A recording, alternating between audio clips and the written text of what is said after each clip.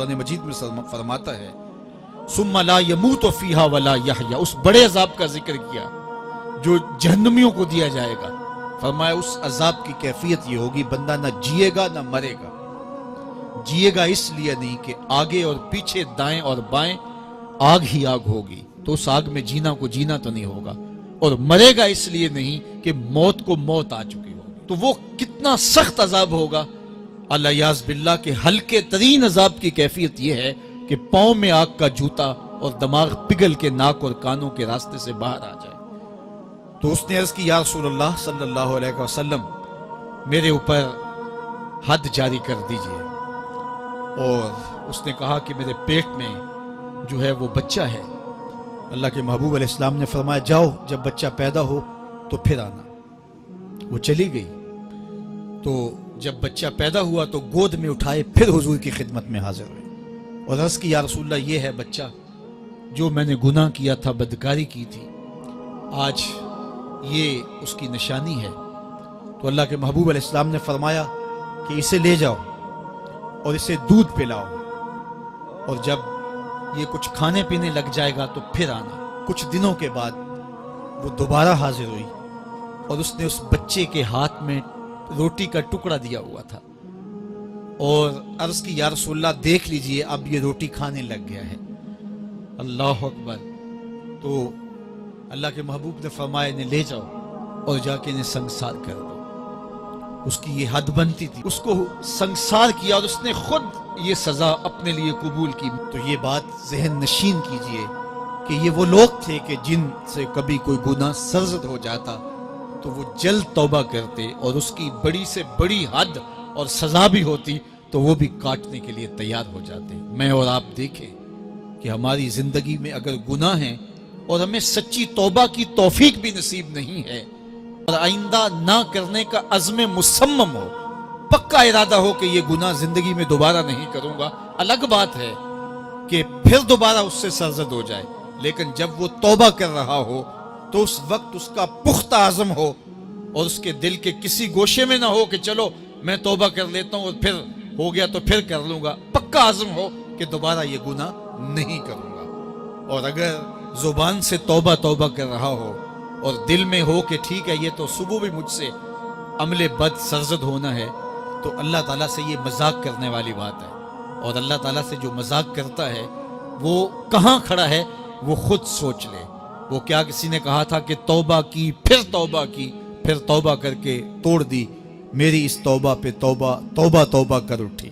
تو ایسی توبہ نہیں ہے کہ جو رسماً کسی مجلس میں چلے گئے، کسی اجتماع میں چلے گئے تو سب لوگوں نے توبہ توبہ کی تو وہ بھی توبہ توبہ کرتا رہا، لیکن اس کا عزم مصمم پختہ ارادہ نہیں تھا گناہوں کو چھوڑنے کا. تو یہ توبہ نہیں، یہ مذاق ہے.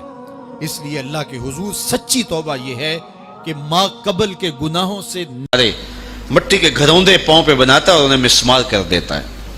وہ کبھی آپ نے دیکھا ہوگا کہ بچے ریت میں اپنا پاؤں رکھ کر کے اوپر سے ریت تھپک لیتے ہیں اور پھر پاؤں ہولے سے نکال لیتے ہیں، بچ جائے تو بڑے خوش ہوتے ہیں، اور جب کھیل ختم ہو جاتے تو اسے گرا دیتے ہیں اپنے ہاتھوں سے. بہلول بھی اسی شغل میں لگا ہوا ہے. بہلول یہ کام کر رہا ہے، گروندے بناتا ہے گراتا ہے، گروندے بناتا ہے گراتا ہے. بادشاہ گزرا، پوچھا بہلول کیا کر رہے ہو؟ ہنس کے کہا جنت کے مکان بنا رہا ہوں. کہا بیچتے ہو؟ ہاں بیچتا ہوں. کتنے کا؟ 10 روپے کا، سیل لگائی ہوئی ہے. بادشاہ مسکرا کے گزر گیا. دیوانہ ہے، مجنوں ہے، اپنی موج میں لگا ہے. پیچھے سے ملکہ زبیدہ بھی آ رہی تھی، اس نے بھی دیکھا. کہا بہلول کیا کر رہے ہو؟ کہا جنت کے مکان بنا رہا ہوں. کہا بیچتے ہو؟ ہاں 10 روپے کا بیچتا ہوں. 10 روپے بادشاہوں کے لیے کیا ہوتے ہیں؟ 10 درہم نکالے، اس کو دیے، اس نے دریائے دجلہ میں پھینک دی. فقیر اتنی دیر تک فقیر نہیں بنتا. داتا صاحب فرماتے جب تک مٹی کا ڈھیلا اور سونے کی ڈلی اس کی نظر میں برابر نہیں ہو جاتا. اور ایک مکان کے گرد، ایک وہ گروندے کے گرد دائرہ لگایا، کہا یہ تیرا ہوا. ملکہ گزر گئی، بادشاہ بھی چلا گیا. شام کو اپنے محل میں پہنچے، بادشاہ سویا، منظر جاگا کہ حشر کا دن ہے، پھر جنت کا منظر ہے. جنت میں بڑے بڑے خوبصورت مکان ہیں. ایک مکان تو بڑا ہی اچھا لگا تو جی چاہا کہ اس مکان کو دیکھوں. تو جب قریب گیا تو دروازے پہ لکھا تھا ملکہ زبیدہ. شوق سے آگے بڑھا تو دربان نے روک دیا. کہا یہ ملکہ کا ہے. کہا وہ میری ہی ملکہ ہے. کہا دنیا کے ضابطے اور ہیں، آخرت کے ضابطے اور ہیں. بادشاہ کی آنکھ کھل گئی، بے چین ہو گیا. ملکہ کو بیدار کیا، کہا تو کون سا نیک عمل کیا ہے؟ میں نے جنت میں تیرا یوں محل دیکھا ہے۔ ملکہ کہنے لگی وہی معمول کی نمازیں، وہی سب کچھ، کوئی نیا کام تو میں نے کیا نہیں۔ ہاں یاد آیا، کل گزر رہی تھی، دجلہ کا کنارہ تھا، وہ جسے لوگ مجذوب کہتے ہیں، وہ جو دیوانہ کہلاتا ہے، وہ بہلول، وہ جنت کے محل کہتا تھا وہ بنا رہا تھا۔ میں نے کہا چلو کوئی بات نہیں، فقیر ہے، 10 روپے کیا ہوتے ہیں، تو میں نے 10 روپے کا ایک محل خریدا تھا۔ بادشاہ سر پکڑ کے بیٹھ گیا، وہ تو مجھے بھی کہتا تھا۔ میں دیوانے کی بات سمجھ کے گزر گیا۔ اگلے دن بادشاہ قصدن گزرا، جب قصدن گزرا نا تو دل دھڑک رہا تھا کہ کہیں مجذوب پھر آج مل جائے اور اسی موج میں ہو تو کام بن جائے۔ دیکھا تو بہلول وہاں بیٹھا ہوا ہے، آگے بڑھ کے دیکھا تو کام بھی وہی۔ بادشاہ پھر رک گیا، پوچھا اب بہلول کیا کر رہے ہو؟ اب دل دھڑک رہا تھا کہ مجذوب ہے، کوئی اور بات کہہ دے تو چلو اچھا ہو کہ وہی جواب دے دے۔ اس نے وہی جواب دیا، جنت کے محل بنا رہا ہوں۔ بادشاہ کا کچھ دل ٹھہرا، پھر کہا اچھا بیچتے بھی ہو؟ ہاں ہاں بیچنے کے لیے بنا رہا ہوں۔ بادشاہ ادھر جیب میں ہاتھ ڈال رہا ہے اور ادھر پوچھ رہا ہے کتنے کا؟ کہا آدھی حکومت لگے گی۔ کہا کل تو 10 روپے کے بتا رہے تھے، کہا کل تم نے دیکھا نہیں تھا، آج سودا دیکھ کے لے رہے ہو۔ اللہ تعالیٰ ارشاد فرماتا ہے انما تنذر من اتبع ذکر وخشی الرحمن بالغیب، جو ان ڈٹھے سودے کرتے ہیں، جو بغیر دیکھ کے کرتے ہیں۔